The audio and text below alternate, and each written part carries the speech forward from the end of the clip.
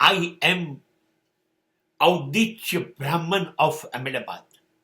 મને હું બ્રાહ્મણ હોવાનું બહુ ગર્વ હતું, બહુ અભિમાન હતું કે અમે બ્રાહ્મણો બધી જ્ઞાતિઓમાં ઉચ્ચ છીએ.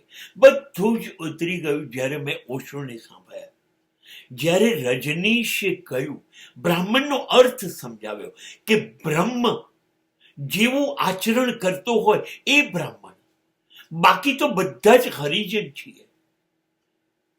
આપણે બધા જ ઢેડભંગી તરીકે, શુદ્ર તરીકે જ જન્મ્યા છીએ. આપણા કર્મો, આપણા વિચારો, જીવનશૈલી એ જ છે, શુદ્ર છે. પણ જે દિવસે આપણને બ્રાહ્મણત્વની ઓળખાણ થાય, બ્રાહ્મણત્વ એટલે ઈશ્વર જેવા વિચાર, ઈશ્વર જેવી નિર્દોષતા, સહજતા, સરળતા અને પ્રેમથી જીવાતું જીવન, એ બ્રહ્મ જેવું આચરણ, ધેટ ઇઝ અ બ્રાહ્મણ. એ દિવસથી મારો બ્રાહ્મણ જે હું જન્મ્યો હતો એ ખોવાઈ ગયો.